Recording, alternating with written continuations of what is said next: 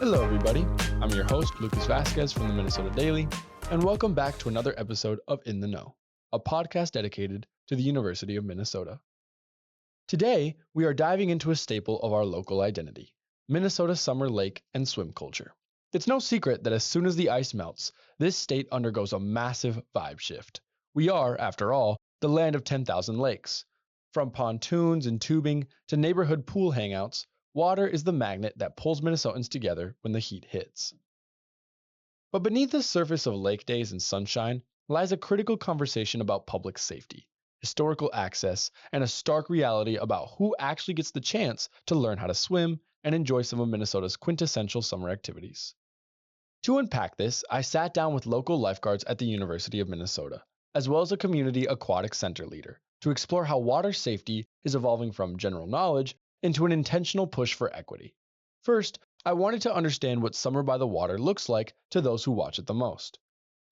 I spoke with Andrew DeMar, an assistant aquatic program manager at the Aquatic Center in the university's Recreation and Wellness Center. DeMar told me about the accessibility of water in a place like Minnesota. I feel like, especially at least in Minnesota, I would say definitely have a lot more opportunity here of even my work. We'll go out. We have a boat day. So we rent a pontoon and we sit out on the boat and go swimming or go tubing, things like that. And I feel like that's definitely a lot more normalized here because of people's access to the water. I also spoke with Zoe Bell, a lifeguard at the Aquatic Center. She has 6 years of gardening experience under her belt, and she told me about what summer water life looks like for her. I love going to the lake and being around bodies of water, but since I've been a lifeguard for so long, when I go to lakes or something, I can't relax and just enjoy the pool because I'm always on edge. I'm like worried that someone's gonna need help or something like that, just because we've been trained to like see things. And so you can see someone splashing out the corner of my eye and I'm like, oh my gosh, are they okay? While water offers leisure and fun for many, the physical risks are immediate and unpredictable, and they can catch even the experienced swimmers completely off guard. However, an even larger crisis is looming over public pools and open water, a systemic inequity of who has access to life-saving water education and who does not.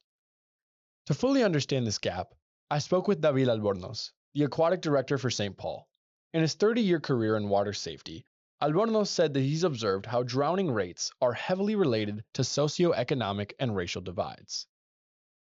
I saw right away that there was a massive need for it because drowning, being a national epidemic, impacts disproportionately people of color, Black people, immigrant communities, and communities without access to education or swim lessons. We drown at the rate of 3-4 times the same as people that have access to water safety education, which is usually white people that have access to either swimming lessons or whatnot. So that was striking to me. I found a purpose on that. So I built my career around the concept of water safety and drowning prevention and making sure that we serve the audience that is most at need, the audience that is more at risk of drowning, which again happens to be people of color and immigrant communities. Driven by this purpose, Albornoz approached St. Paul Mayor Melvin Carter and the City Council in 2021 to pioneer a program that would go on to become the first of its kind in Minnesota and even the nation. Instead of traditional paid swimming lessons, St. Paul launched what Albornoz calls priceless swim lessons. They are completely free. But Albornoz realized that simply making a program free wasn't enough to solve the core issue of swimming skill inequity in the Twin Cities. If he were to simply open registration online, the slots for free swim lessons could be instantly filled by families who could comfortably afford to pay for lessons. To fix this, Albornoz built a system called TER, which stands for Targeted Equity Recruitment. So what we did is that we designed a system which is called TER, Targeted Equity Recruitment, that allows me to save in any class. If I have 10 kids in a class, 5 of those kids have to come from these communities. So it takes more work because we cannot just open the classes online and people go and register, because what that does again is prevent the people that is drowning are folks that don't go online. So you have to reach into the communities, you have to work directly with them and make sure they get those spaces on the class. I'm really proud of that work. I really think that's my life purpose. When you look at the numbers, private programs like Goldfish Swim School run about $30 per class, which quickly adds up to over $120 a month. Meanwhile, a class at a local community pool, or the YMCA, generally hovers around $20. By dropping those costs or providing classes completely free for youth through city parks, you're making sure that safety isn't just a luxury for families who can afford it. By working to remove the financial barrier to swim lessons by actively reaching out to underserved groups, Alborno's program has broken traditional swim education models. He also applies the same equity-focused approach to building out his staff, ensuring the lifeguards on the stands actually reflect the community they're helping to protect.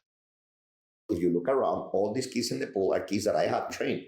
So you're going to find kids that are not traditionally what lifeguards look like. Usually lifeguards are white folks from swim teams. Nope. We have people from all ethnicities being lifeguards because we recruit them and we teach them how to be lifeguards. So now you got the lifeguards, you got the swim team that always opens up. We have the free Sundays in which people swim for free so people get used to water. Systemically, certain group of people have been prevented from access to the water. And what we're trying to do is breaking those barriers. Breaking these barriers requires shifting our collective mindset around public spending. Albornoz argues that providing free water education isn't a drain on city resources. Instead, it's a massive long-term investment. The biggest barrier you will think is money. It's not. It's political will. You're able to convince the leaders and understand the difference between saying, well, why would we give away free swim lessons? Keep in mind that one drowning, on average, to the city, besides the deep pain to the community, we're talking of millions of dollars.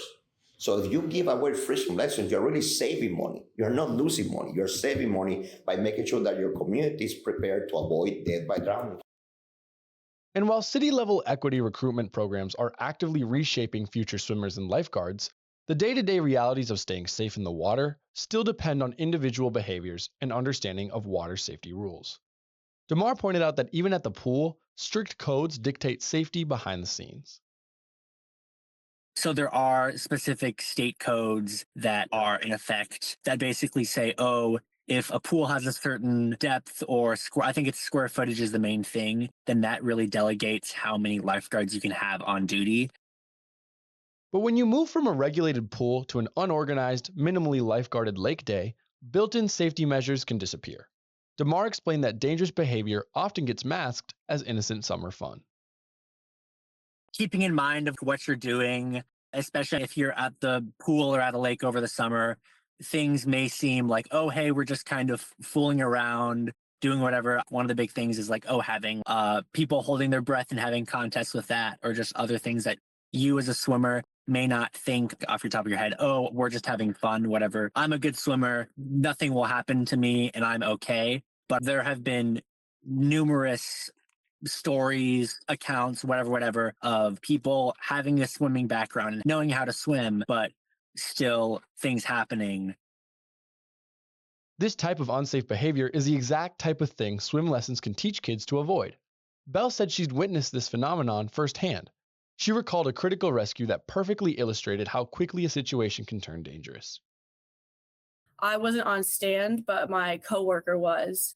And someone was with her group of friends and they decided to go in the deep end. Her friends could swim, but she couldn't.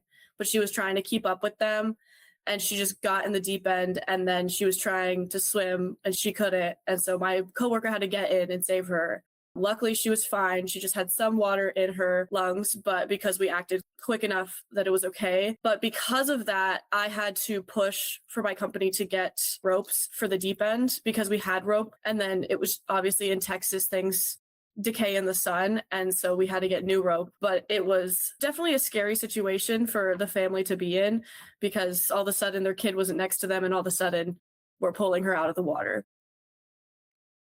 Belle noted that people frequently rely on the wrong things to keep themselves afloat in these moments, confusing pool toys with actual safety gear. Actually, a couple weeks ago, I was at a lake and this kid was playing on an inner tube away from the actual swimming area of the lake, and his tube flipped over and I was like almost up and ready to go because you can be in an inner tube and then I don't know if you can swim.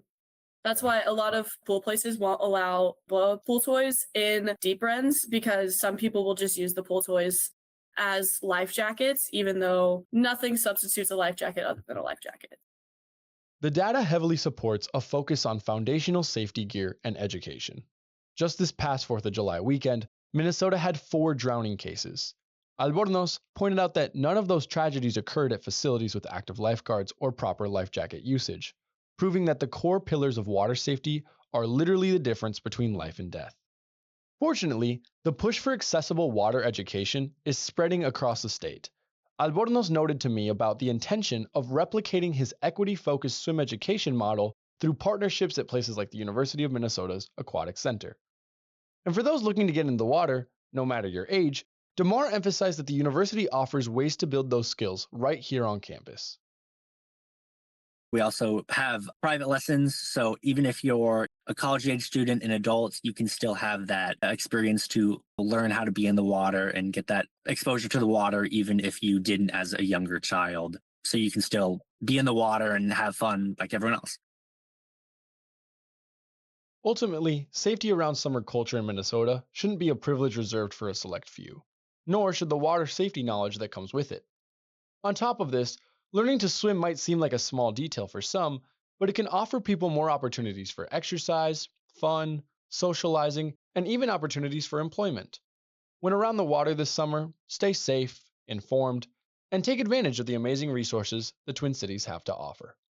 Thank you for listening. This episode was written by Lucas Vasquez and produced by Grace Agner. If you would like to share your opinion on the topics discussed today, you can email us at podcasting@mndaily.com. Thank you again for tuning in. My name is Lucas Vasquez, and this has been In the Know.